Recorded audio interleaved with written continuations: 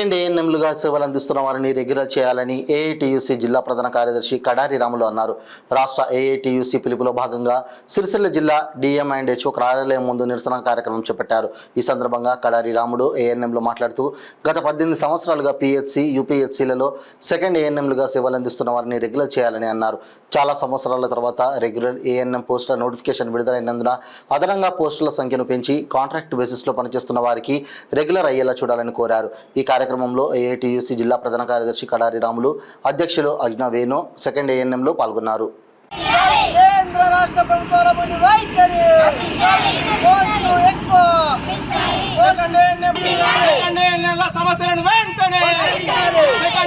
సమస్యలను వెంటనే 100% గ్రాస్ సాలరీని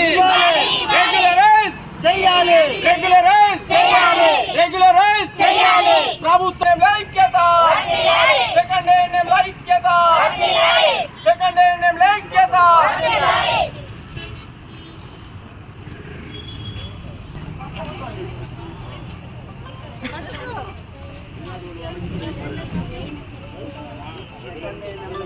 అర్హత లేని వాళ్ళని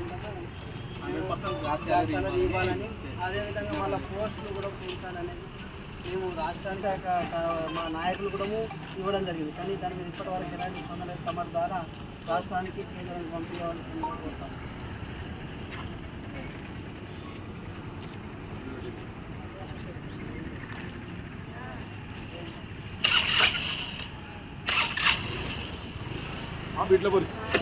సెకండ్ ఏఎన్ఎం ఐక్యత.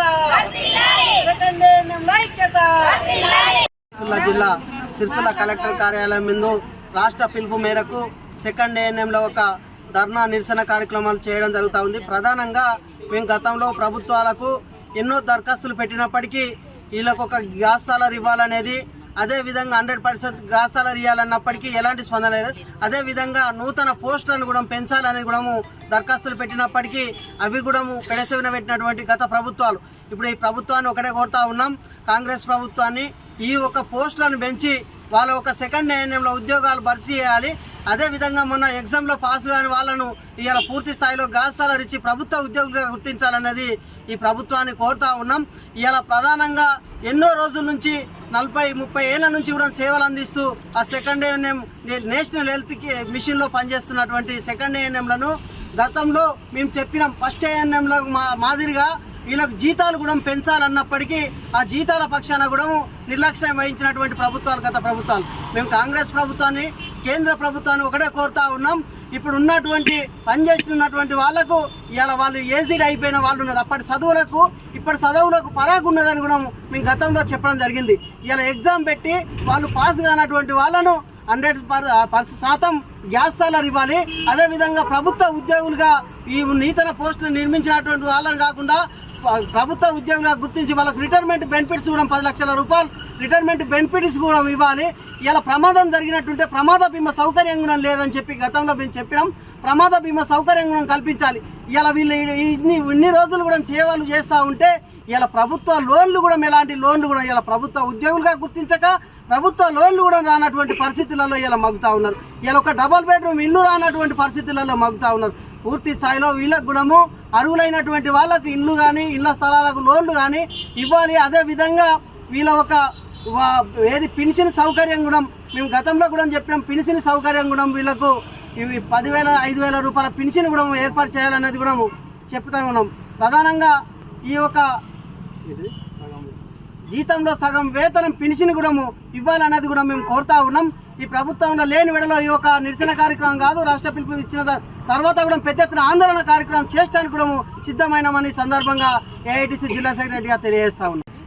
మేము రాజన్న సిరిసిల్ల సెకండ్ ఏఎన్ఎంకి ఈరోజు ఇక్కడ కలెక్టరేట్ ముందు మేము నిరసన వ్యక్తం చేయడానికి కారణం ఏంటంటే, 1 సంవత్సరం క్రితము బీఆర్ఎస్ పార్టీ ప్రభుత్వం ఉన్నప్పుడు మాకు గత 17 సంవత్సరాల నుండి నోటిఫికేషన్ లేదు. అప్పటి నుండి గత ప్రభుత్వము అక్టోబర్లో నోటిఫికేషన్ వేసింది. 1930 పోస్టులతోటి నోటిఫికేషన్ వేసింది. అప్పుడు తర్వాత ఎలక్షన్ కోడ్ పడడం వల్ల మళ్ళీ దాన్ని వాయిదా వేసి మొన్న రీసెంట్గా December 29 రోజు ఎగ్జామ్ కండక్ట్ చేశారు. అయితే దాంట్లో మొత్తం ఆ సెకండ్ ఏఎన్ఎం కాంట్రాక్ట్ ఏఎన్ఎంస్ మొత్తము రాష్ట్ర వ్యాప్తంగా చూస్తే 6,000 చిల్లర ఉన్నారు. దాంట్లో మళ్ళీ 700 మంది ఎలిజిబుల్ కాకుండా పోయారు. ఏజ్ ఎక్కువ ఉండడం వల్ల ఎలిజిబుల్ కాకుండా పోయారు. వాళ్ళకు తీవ్ర నష్టము. మళ్ళీ మేము రాసిన వాళ్ళం కూడా అందరికీ సరిపడా పోస్టులు అందరికీ రావు. మమ్మల్ని యథావిధిగా రెగ్యులర్ చేయడానికి అవకాశం లేదన్నారు. పోస్టులు కంపల్సరీ ఇవి రాయాల్సిందే, ఎగ్జామ్ రాయాల్సిందే అన్నారు కాబట్టి మేము ఎగ్జామ్ రాసినాము. కానీ అందరికీ రాదు కాబట్టి మిగతా వాళ్ళకు కూడా అన్యాయం జరగద్దంటే దీనికి ఈ నోటిఫికేషన్కి రిజల్ట్ ఇవ్వకముందే పోస్టులు పెంచి మొత్తం అందరికీ న్యాయం జరిగేలాగా రిజల్ట్ ఇవ్వాలని మొన్న కమిషనర్ సార్ దగ్గరికి వెళ్ళి కలవడం జరిగింది. ఆ తర్వాత మళ్ళీ ఇవాళ జిల్లా వ్యాప్తంగా 6వ తారీఖు నాడు అందరం కూడా కలెక్టరేట్ డిఎంఎన్హెచ్ఓ ముందు నిరసన వ్యక్తం చేస్తూ మాకు ఎక్కడెక్కడ ఇంకా పోస్టులు ఖాళీ ఉన్నాయో అది ప్రతి పిఎస్సిలో ఓపీఎన్ఎం పోస్టు ఖాళీ ఉంటుంది, అది కూడా మాతోటే చేపిస్తున్నారు ఆల్టర్నేట్గా రోజొక్కరితోటి. అంతేకాకుండా ఇప్పుడు ప్రస్తుతం ఉన్న జనాభాను అనుగుణంగా ప్రతి పిఎస్సీలలో కూడా చాలా సబ్ సెంటర్లు పెంచాల్సిన అవసరం ఉన్నది. ప్రతి సబ్ సెంటర్ అట్లా కొన్ని సబ్ సెంటర్లు పెంచినప్పుడు ఇంకా కొన్ని ఏఎన్ఎం పోస్టులు, పిఎస్సీలు పెంచడం వల్ల కూడా ఇంకా కొన్ని పోస్టులు, అట్లనే ఇంకా ఓపీఎన్ఎంస్ ఇట్లా అన్నీ కలుపుకుంటే కూడా 2000 పైచిలకు పోస్టులు కూడా అదనంగా యాడ్ చేయాల్సిన అవసరం వస్తుంది కూడా. కాబట్టి అవన్నిటిని చూసుకొని యాడ్ చేసి ఈ నోటిఫికేషన్కే యాడ్ చేసి అందరికీ న్యాయం జరిగేలాగా అందరికీ పోస్టులు వచ్చేటట్టుగా రిజల్ట్ ఇవ్వమని కమిషనర్ గారిని కోరడం జరిగింది. ఆ విషయం గురించి ఇప్పుడు డిఎంఎన్హెచ్ఓ మేడం కలెక్టర్ సార్ని కూడా మేము విన్నవించడానికి వచ్చినాము. అయితే దాంతోపాటు ఏంటంటే మాకు ఇప్పుడు